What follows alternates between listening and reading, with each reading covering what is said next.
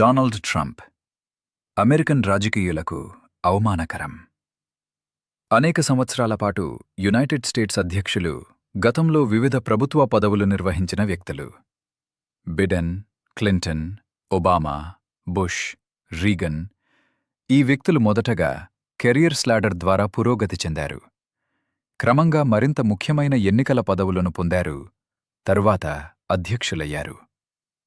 Donald Trump governor, mayor, senator కాదు. అతను ఏ ప్రభుత్వ లేదా ఎన్నికల పదవిని నిర్వహించలేదు. కాని అతను తక్షణమే అధ్యక్షుడయ్యాడు. అమెరికా రాజకీయులు, వారు తమ జీవితాంతం ప్రభుత్వ పదవుల్లో గడిపినవారు అమెరికా సంక్షోభాన్ని నిర్వహించలేరు. ఎవరూ నిర్వహించలేరు. రిపబ్లికన్లు లేదా డెమోక్రాట్లు. అంతేకాక అమెరికా ప్రజలు ఒక వ్యాపారవేత్తను, రాజకీయవేత్తను కాకుండా తమ అధ్యక్షుడిగా ఎన్నుకున్నారు. ఆయన పరిస్థితిని సరిదిద్దుతాడని ఆశించారు. అందువల్ల ట్రంప్ అన్ని యుఎస్ రాజకీయులకు అవమానకరం. రిపబ్లికన్లు, డెమోక్రాట్లు అందరూ.